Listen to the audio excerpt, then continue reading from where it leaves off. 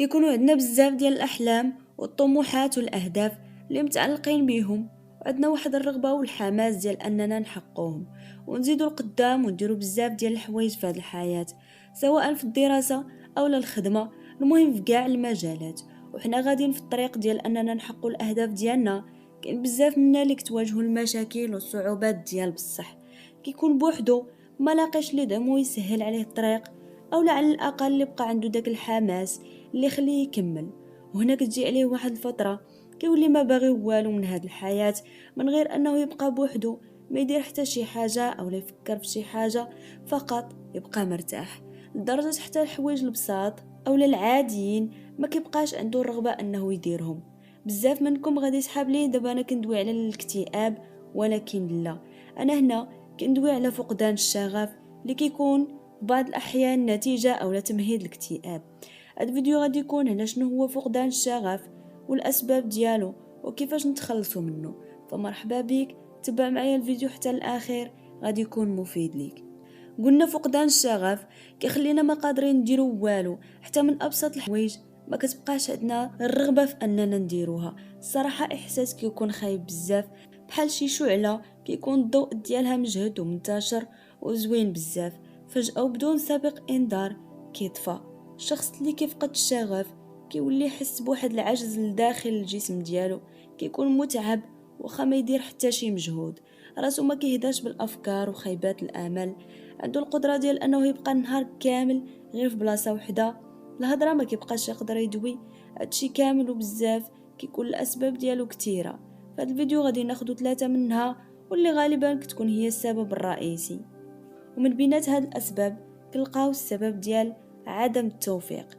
يعني واخا كتجتهد ديال بصح كدير كل ما في جهدك وطاقتك باش تحقق واحد الحلم او هدف اللي كتكون متعلق به بزاف، ولكن مع الاسف ما كيوقعش داكشي اللي كتبغي. في كل مره كتحاول كتعاود تفشل، تاني كتولي تجمع القوه ديالك وتعاود من الاول وتاني كتفشل. فهنا مره على مره كتبدا تحس بواحد خيبه الامل وكتخلى على المحاولة، يعني كتفقد الشغف ديالك بداك الهدف. وهاد فقدان الشغف بشي حاجة كنتي متعلق بها ماشي شي حاجة عادية، فراه صعيبة بزاف. كيولي عندك كل شي ما عنده حتى شي قيمة أو لا معنى، بحال داك الهدف هو السبب الوحيد اللي كان مخليك واقف على رجليك، وفاش ما كتحقوش كتحس بواحد الفشل الداخل ديالك، النفسية كتولي ضعيفة بزاف. داكشي علاش خاصك تحاول ما أمكن ما تتعلقش بشي حاجة وتوقع أي حاجة. ودابا ندوزو للسبب الثاني اللي هو عدم وجود دعم أو تحفيز.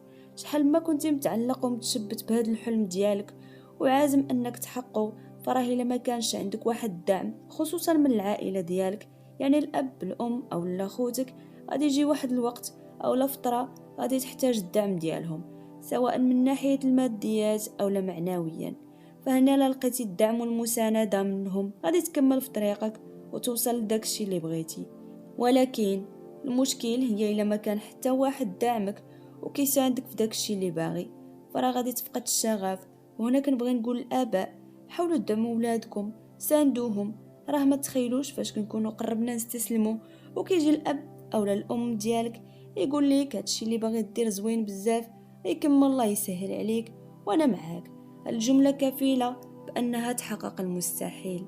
وبالنسبة للسبب الأخير هو أن الهدف أو الحلم اللي باغي تحققه ما كيكونش انت اللي اختاريتيه، بمعنى أنك شفتي شي واحد حقق داك الحلم وحتى انت اقتنعتي بلي عندك نفس داك الهدف، أو لا كيكون مفروض عليك، بحال مثلا الأب ديالك أو بعض الآباء كيبغيو الأبناء ديالهم يتبعوا نفس المهنة اللي خدامين فيها، فمن الصغر تقنعوه كيزرع فيه ديك الفكرة ديال خاصك تولي بحالي. فالابن كيخدم وكيتقاتل باش يحقق داك الهدف اللي مفروض عليه، ولكن فاش كيكبر اولا كيتغيروا الظروف يكتشف بلي هو ما مرتاحش انه يكون داكشي اللي بغاو، والحلم اللي تقاتل عليه ما كانش الهدف ديالو للاسف. وهنا كيبدا يحس بواحد الانسحاب فكري ورغبه في التخلي اللي كتحول لفقدان الشغف. ودابا من بعد ما عرفنا الاسباب ضروري خاصنا الحلول، فبلا ما نطول عليك ناخدو اول حل واللي هو الاستمرارية مع عدم التعلق. يعني تحاول وخا طيح تعاود تنوض وتكمل احسن من الاول، تكون عندك واحد الرغبة قوية وما تفقدش الامل، وتقنع راسك باللي هاد الشيء اللي كدوز منه عادي. ولكن اهم نصيحة اللي نقدر نعطيك هي ما تتعلقش بداك الحلم بزاف. اجتهد، خدم عليه، ولكن توقع الفشل، توقع باللي يمكن ما توصلش لداك الشيء اللي بغيتي.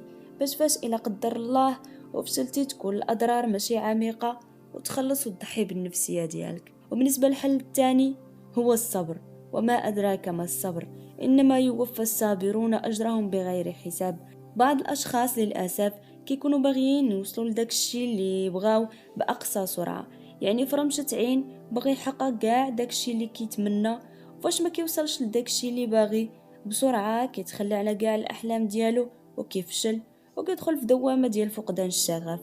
للأسف ما عرفش بلي هذيك ما كانت إلا البداية، فراه إلا بغى يوصل خاصو يصبر بزاف ويتحمل كاع المشاكل والصعوبات اللي تواجهه. وفي الأخير قال الله تعالى: وبشر الصابرين. ودابا ندوزو لأهم حل، واللي هو الاعتماد على الله أو التوكل على الله، واللي بالنسبة لي هو أحسن حل. عمرك في حياتك ما تفوض أمرك أو لا تحطو بين يد شي شخص، حيت غادي يجي واحد النهار داك الشخص غادي يتغير عليك، يمكن ما يبقاش مستحملك، توقع منه أي حاجة.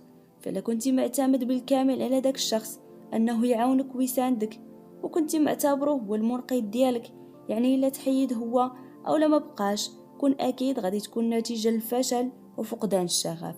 والعكس تماما، فإلا فوضتي أمرك الله عز وجل، كون أكيد غادي توصل لداك الشيء اللي بغيتي، حيث الله سبحانه وتعالى لا يتغير، وديما معاك، قادر على أنه يغير لك حياتك بمجرد أنك دير اليقين والسند ديالك هو الله.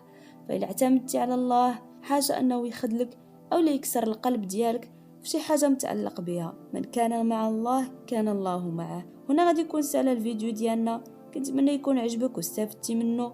ما تنساش دعمنا، ونتلاقاو في فيديو جديد إن شاء الله.